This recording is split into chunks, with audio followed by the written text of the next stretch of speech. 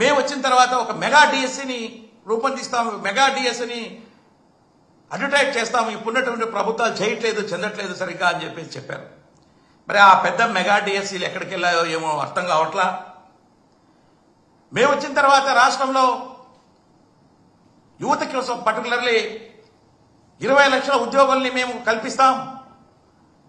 సంవత్సరానికి 4 లక్షల తరఫున లాగా 4 లక్షల లాగా ప్రతి జనవరి 1వ తారీఖున ఒక క్యాలెండర్ను రూపొందించి రిక్రూట్ చేసి ప్రతి ఒక్కరికి కూడా ఉద్యోగాలు, యువతనంతా కూడా ఉద్యోగాలు ఇస్తామన్నారు.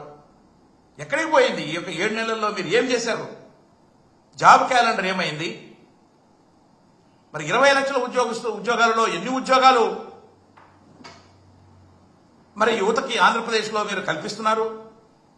మరి ఇవన్నీ కూడా ఏమీ చెప్పట్లా. ఇవన్నీ కూడా మీరు ఎన్నికల హామీలే తప్ప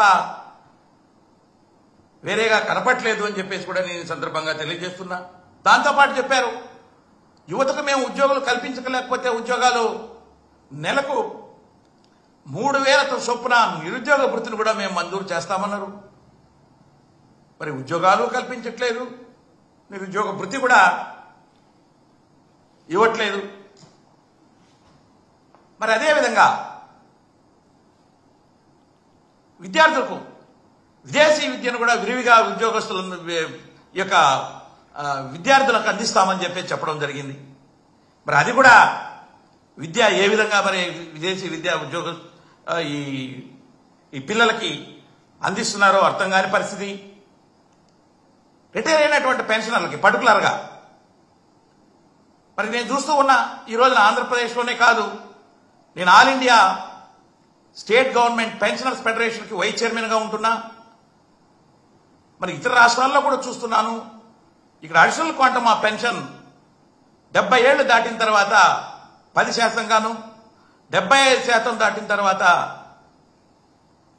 75 సంవత్సరాలు దాటిన తర్వాత 15% గాను అడిషనల్ క్వాంటమ్ మరి ఈ పెన్షనర్స్కి ఇవ్వాల్సినటువంటి అవసరం ఎంతైనా ఉన్నది. కాబట్టి దాన్ని ఇమీడియట్ గా మంజూరు చేయాలని చెప్పేసి కూడా నేను కూటమి ప్రభుత్వాన్ని కోరుతున్నా. అదేవిధంగా ట్రీట్మెంట్ ఉద్యోగస్తులకు కానీ పెన్షనర్స్కి కానీ ఏదైనా జబ్బు చేసినప్పుడు హెల్త్ కార్డ్స్ అనేటివి ఉన్నాయి.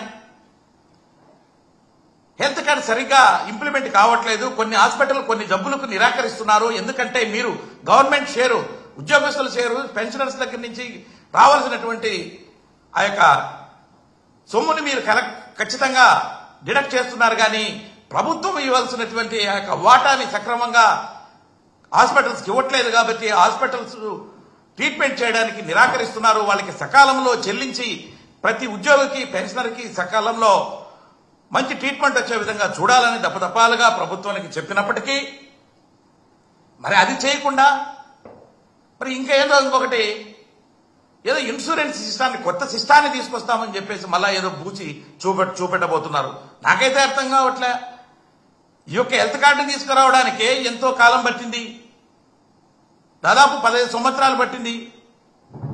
ఒక స్టైల్కి ఉన్నదాన్నే తీసుకురావాలి కానీ ఇంకొక సిస్టమ్ లేకపోయి ఇంకొక విధంగా మరి ఏ విధంగా చేస్తారు ఉద్యోగస్తులకి మేలు అని చెప్పేసి నాకైతే అర్థం కావట్లేదు.